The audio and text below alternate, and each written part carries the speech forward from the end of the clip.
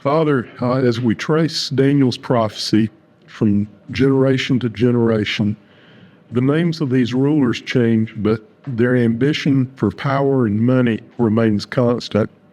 But your children seek you, and we leave a different heritage for those who follow us.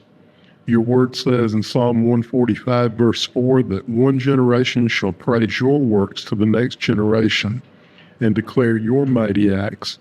In Psalm 78, 4, we will tell generations to come your glorious deeds, your power, the wonders that you have done. In Psalm 100, verse 5, your loving kindness endures forever, and your faithfulness is from generation to generation. In Luke 1:50, from generation to generation, you are merciful to those who fear you. And in Daniel 4:3, your dominion endures from generation to generation. Only your Son is worthy to open the scroll and to rule as King of Kings on earth. And I pray in his name. Amen.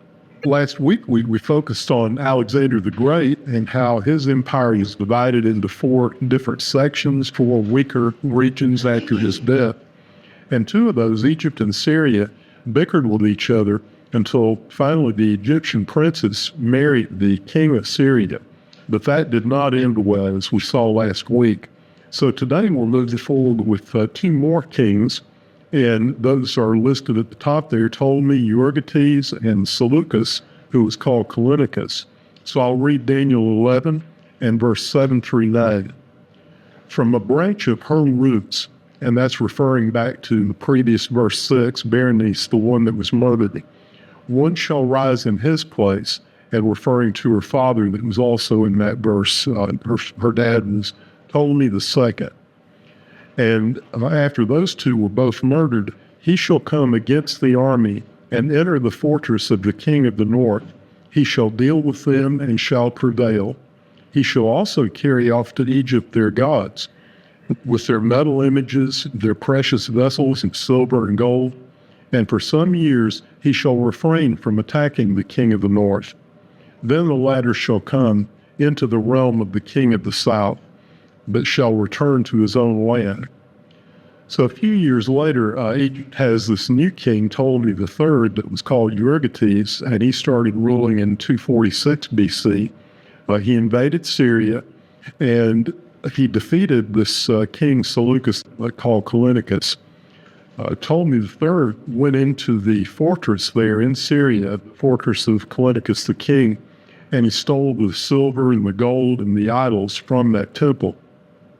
And these pagan conquerors, they would always try to capture the idols, and what they were showing is that their false gods were stronger than the false gods of the enemy that they defeated. But they didn't call it stealing. They thought of it as a military operation. They were going in there and capturing these idols and taking them prisoner. So in their minds, it was like POWs, that they had taken those idols back to keep in jail back in their country, because they thought these false idols were real and had power. Well, Ptolemy thought that he had taught Seleucus a lesson here, so he left him in power. He didn't try to capture him or kill him. He left him on the throne in Syria. And this verse 7, it begins with this phrase that's translated out of a branch of her roots. That's in King James Version. NIV shows it as one from her family line. And so the Hebrew here, it literally means that the king of Egypt and this Berenice that was killed back in verse 6 had a common ancestor. And that's the truth, that Ptolemy III was Berenice's brother. And so their father was Ptolemy II, the one spilled Delphus last week that was killed.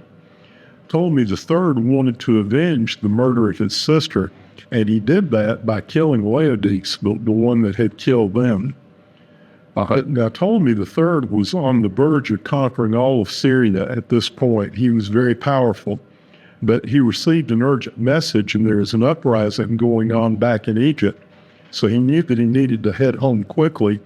He grabbed up all the valuables that he could before he left. So he took gold and silver, and I'll list there the number of talents. The talent is a unit of measure talking about how heavy something is, how much it weighs. He took 4,000 talents of gold, And in Revelation chapter 16, verse 21, it talks about these hailstones that would fall from the sky during the tribulation. And some of the translations say that those stones weighed a talent, 1 talent. Other translations will say that it weighed 100 pounds. So that's how large a talent is, 100 pounds of gold. And in some cases, it depends whether you look at Babylonian or Greek or Roman. Sometimes they'd say 75 pounds, but it was a sizable chunk for 1 talent. And then he also took 40,000 talents of silver. Now, Jerome said there were 2,500 idols captured. This is Jerome, the historian, and he's the one who translated the Bible into Latin back around 400 AD. And he said these idols were some of the ones that Cambyses had taken from Egypt earlier. So as a result of that, when the idols came back, Egypt was so happy to have their idols back that they named him Euergetes, and that's their word for benefactor. That's how Ptolemy III was known from then on when he brought back those idols. Seleucus rebuilt the army, and then he tried to attack Egypt. It was a very foolish military operation that he carried out in 240 BC. His fleet was lost in a storm. He suffered terrible defeat, and so he's forced to retreat back to Syria at that point. And these verses that I've just read, 7 through 9, it corresponds in history to 246 BC. That was the time when Antiochus was murdered, Antiochus II, and goes forward to 240 BC. That was the defeat of Callinicus at that battle. In the background here, it's setting the stage for the next 2 major topics and themes that we continue through this first part of chapter 11. In verses 10 through 19 of Daniel 11, this is where Syria defeats Egypt, and Syria really regains control of the Holy Land, the area that we would think of as Israel and Gaza, on up into Lebanon, into the North Country. And then the following verses from 21 through 35, that focuses on persecution of Israel that happened under the next Syrian king, which was Antiochus Epiphanes. So we'll start now with verse 10, Daniel 11, verse 10 and 11, and it's a section about this Seleucus and Antiochus III and those battles against Ptolemy Philopator in Egypt. And there'll be several sections on this top topic, so it continues through today and on into the beginning of next week, out through verse 19. So we're going from spending maybe 1 verse on each king to spending a little more on these kings, and then we'll spend the most verses on Antiochus Epiphanes when we get to verse 21. Verse 10, his sons shall wage war and assemble a multitude of great forces, which shall keep coming. And I'll just mention that little phrase, which shall keep coming. In the other translations, you'll see, and one shall come, or one shall keep coming. It is singular. So it's talking about sons, 2 sons at the beginning, but here the verb tense changes, and now we're just talking about 1 son at that point that keeps coming and carries on. And overflow and pass through, and again shall carry the war as far as his fortress. Then the king of the south, moved with rage, shall come out and fight against the king of the north, and he shall raise a great multitude, but it shall be given into his hand. So the Syrian king, Seleucus Callinicus, was unsuccessful when he attacked Egypt in 240 BC, and that's when he lost his fleet. But his 2 sons, these were the successors to the king, 2 brothers. They grew in power, and eventually they came back and defeated Egypt. Son number 1 was Seleucus III. He was the firstborn, and he started ruling in 226 BC, but he was poisoned. And I mentioned that verse 10 there, it changes tense. So as the Holy Spirit inspired Daniel to write this, Daniel's writing about 2 sons, and then he switches and talks about just the 1 son that's left after Seleucus died. Son number 2 is Antiochus III. He was called the Great, and he started ruling 3 years later after Seleucus died. And he successfully carried on the fight by himself without his brother. And he ruled for 36 years. That was a very long time for a king to rule at that period. Antiochus III, he was determined that he was going to avenge the death of his father, and he was going to restore the former glory Syria had. And so he won several battles against the Egyptian king, who is now Ptolemy IV, called Philopator, and he started ruling in 221 BC. The Syrian army here recaptured the land of Palestine, even as far down as the Egyptian fortress in Gaza. And if you've been watching the news, you know that Gaza is still in the headlines these days with the situation with Hamas and the peace treaty. It's been a very important piece of property for a long time, even back in the time of the Exodus, when Moses and the children of Israel left Egypt and went up in that direction, right there below Israel in the Sinai. Right. Well, so Antiochus won these battles, and the Syrian army recaptured this area, and the army at Gaza, the Egyptian army, was able to hold off the Syrians, and that was just long enough for Egypt to mobilize their forces and to get in place.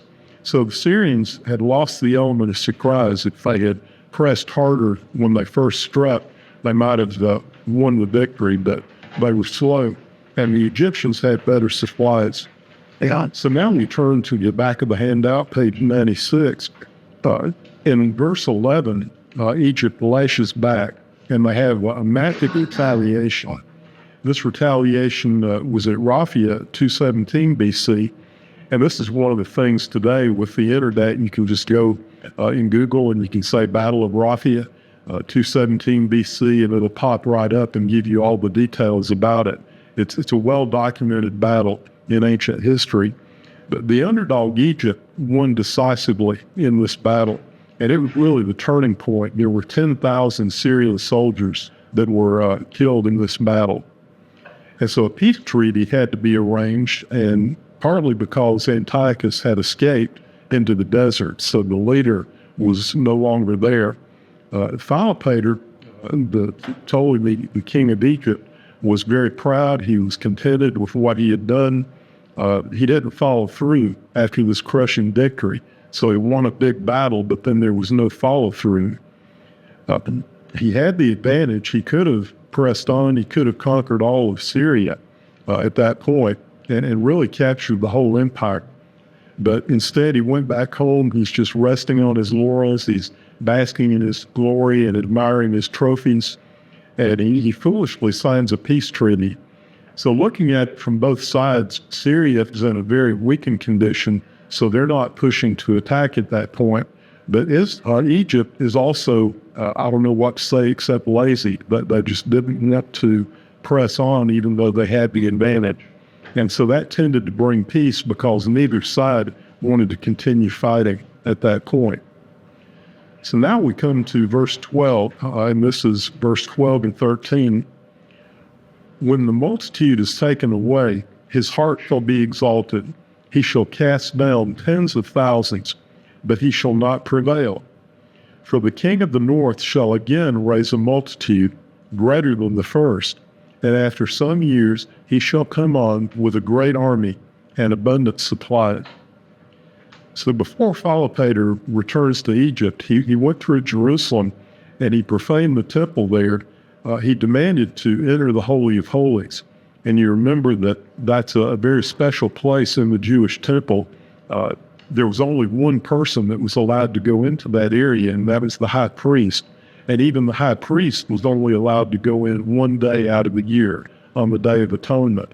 But this king comes marching through, Egyptian king, and he wants to go in there. He wants to prove that he's more powerful than the God of Israel. When he tried to do that, he was unable to speak. History records that he was struck speechless. And so he thought that the Jews were using some kind of voodoo black magic to try to take away his voice. And he vowed that he was going to get revenge. So he went back to Egypt and he persecuted the Jews that were living there in Egypt. He demanded that they bow down and worship these Egyptian idols. And when they refused, he murdered 40,000 Jews in Egypt. because of what happened to him at the temple in Jerusalem. And over the next decade, Antiochus in Syria is regrouping, building up the army, strengthening his forces, and he began to conquer lands to the east. So instead of focusing on Egypt, he's moving now in the direction of Iran. And Ptolemy Philopator and his queen both died, and in mysterious circumstances, there's an indication that they were both poisoned, and that was in 203 BC. So the next king after him is his 5-year-old son. And Antiochus saw this as the moment to strike when you got a 5-year-old ruling the country of your enemies. So he took advantage of that situation. Many of the most powerful, influential people in Egypt were angry about this, that they didn't want a 5-year-old in charge of Egypt. And so they started some riots. There was some rebellion. They were killing some of the boy's closest advisors, trying to frighten him, trying to get him to withdraw or allow someone else to be king. And there were factions all through Egypt that took advantage of that situation. When you have a weak central government, you have people that are sort of movers and shakers and power players throughout the country that were all trying to assert their power and trying to take over in that vacuum of leadership. So then in verse 13, Daniel is referring a time period around 201 BC. Antiochus had built up the army at this point, and he attacked. He struck Egypt in their weakened state. He defeated this boy king who was Ptolemy V.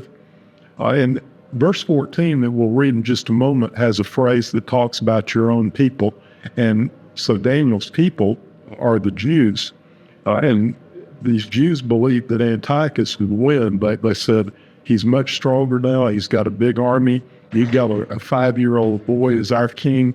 And so the Jews that lived there believed that he's going to come back. But they wanted to be on the right side. They wanted to be with the winner when that battle was over. So what they didn't count on was that there was a peace treaty signed between Egypt and the powerful new leaders coming on in Rome. This is before the Roman Empire was officially established, but Rome was growing in power and influence at that time.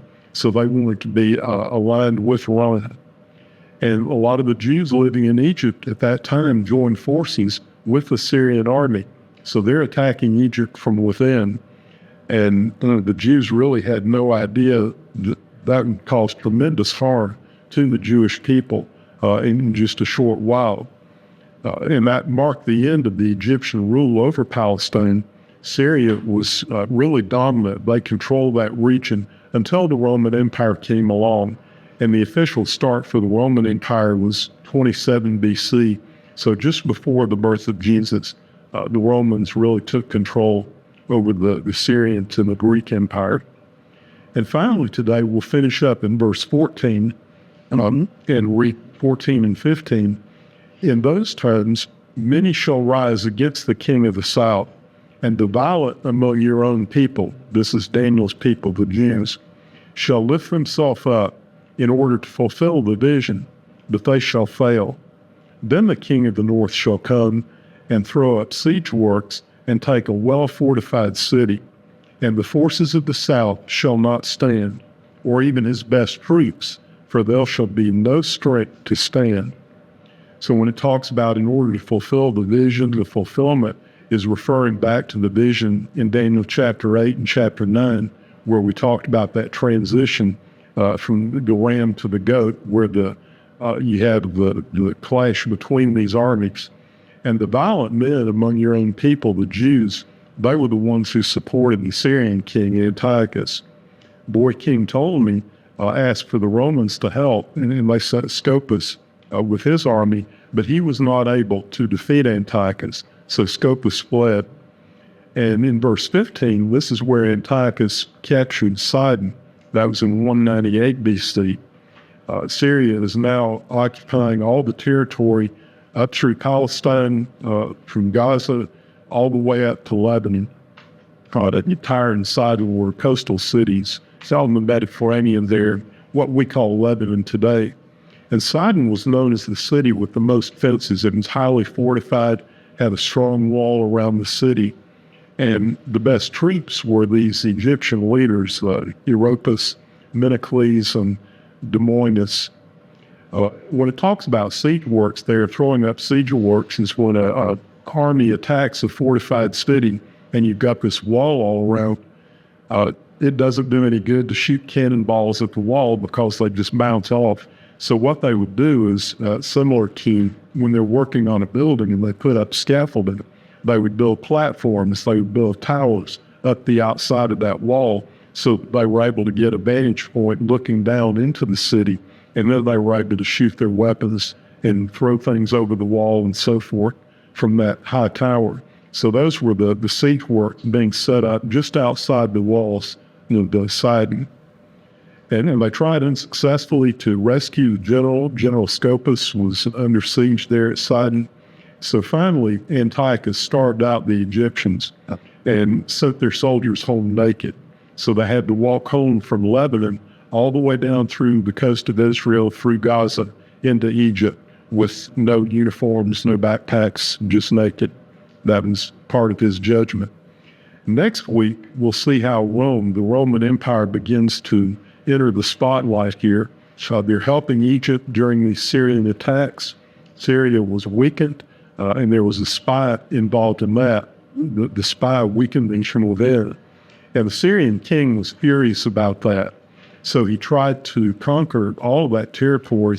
He tried to follow in the footsteps of Alexander the Great and get more and more power. But Rome clamped down hard and really prevented his greed and his ambition from being successful.